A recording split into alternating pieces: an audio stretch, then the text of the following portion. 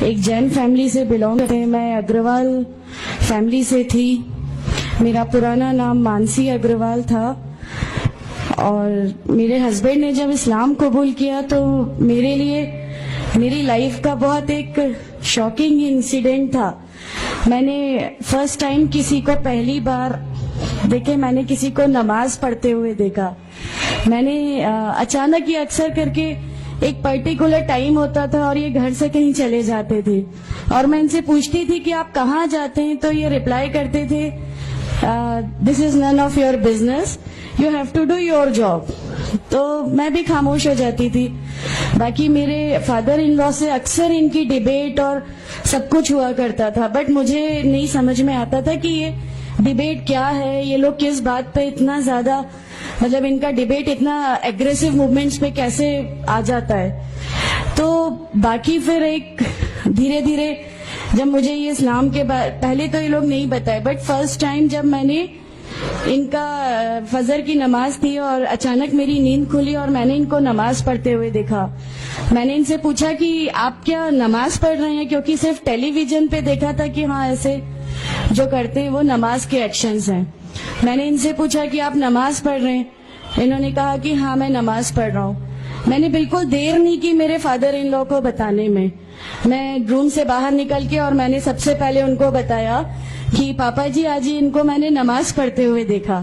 تو انہوں نے مجھ سے کہا کہ ٹھیک ہے خاموش رہو, ابھی کسی سے کہنا نہیں, ہم دیکھیں گے کیا کر سکتے ہیں.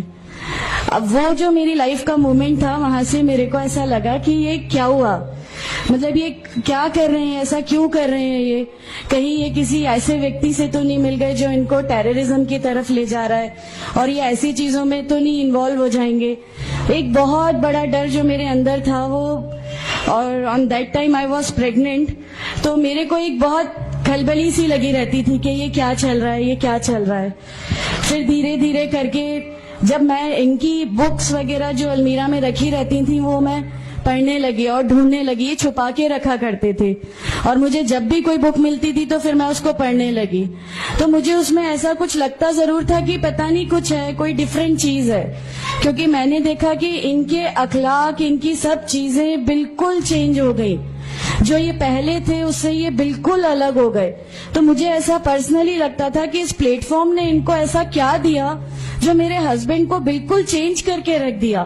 مطلب الحمدللہ یہ اس سمے کوشش کرتے تھے کہ جو نبی کی سنتیں ہیں, جو ہمارے نبی صلی اللہ علیہ وسلم نے کیا, اپنی وائف کی مدد کرنا, اپنی وائف کے ساتھ کس طرح اس کے حقوق کی ادائیگی کرنا, یہ سب کچھ وہاں الحمدللہ کرنے لگے.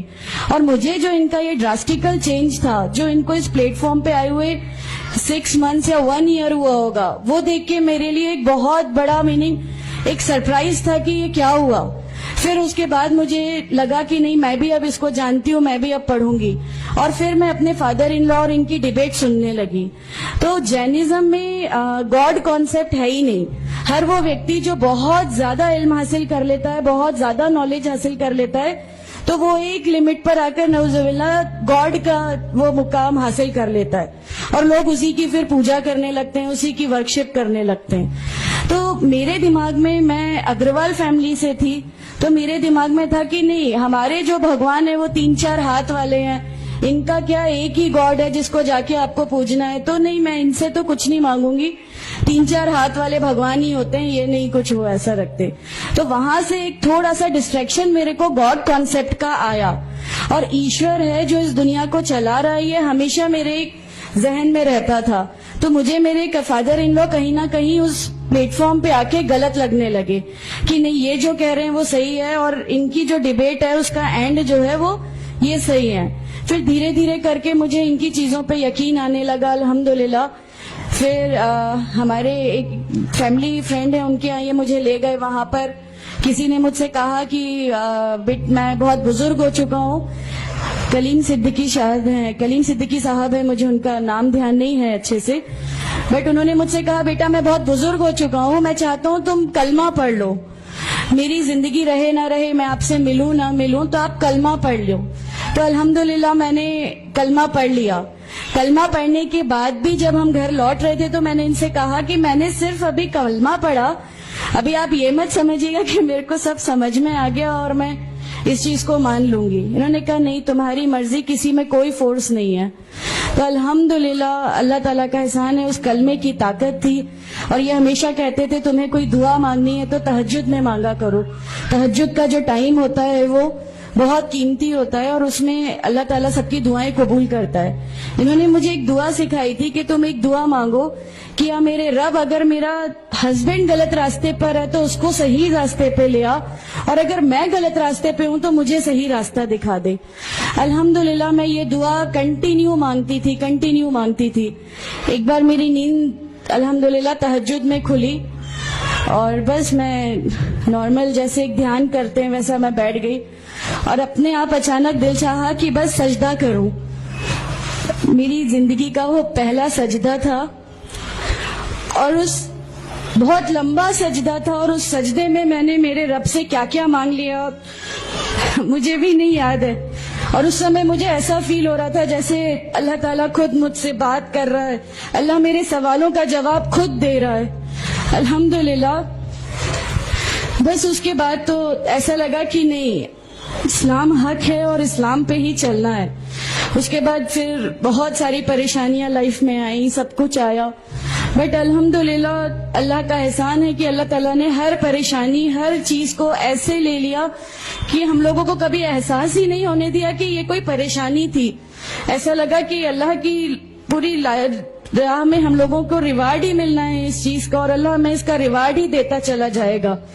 الحمدللہ بس اس سمے سے شروعات ہوئی تھی دین اسلام کی. الحمدللہ آگے چل کے پریشانیاں, تکلیفیں ہر ریورٹ کی زندگی میں آتی ہیں, لیکن میں ہر ریورٹ بہن سے یہ کہنا چاہتی ہوں کہ اللہ کی خاطر آپ لوگ اس دین میں آئے ہیں, کسی اور چیز کے لیے نہیں آئے.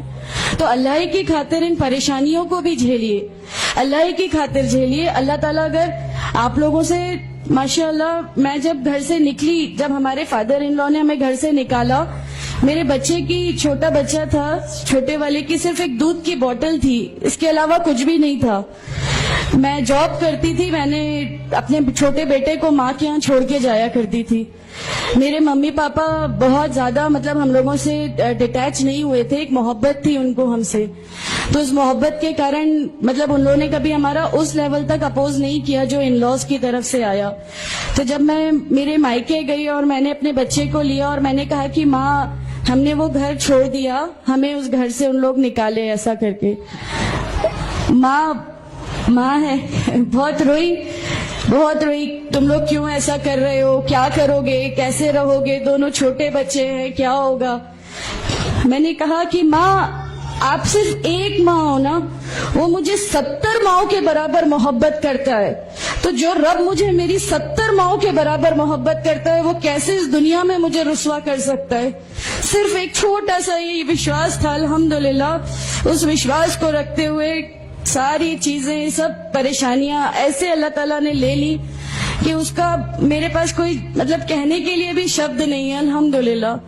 اور میں آپ لوگوں سے سب سے گزارش کرتی ہوں, اور اگر اللہ نے مجھے آپ لوگوں کی ایک ایسی بہن بنا دیا جو آپ کی پریشانیاں, آپ کی ہر اس میں, ہمارا گھر, ہماری سب کچھ الحمدللہ آپ کے لیے ہے, کیونکہ ہم لوگ ٹھان کے بیٹھے ہیں ہمارا جینا مرنا, ہماری نمازیں, ہمارا سب کچھ صرف اللہ کے لیے ہے, اور یہی لے کے ہم کو جانا ہے. کوئی جواب ہمیں نہیں ملے گی. السلام علیکم ورحمۃ اللہ وبرکاتہ.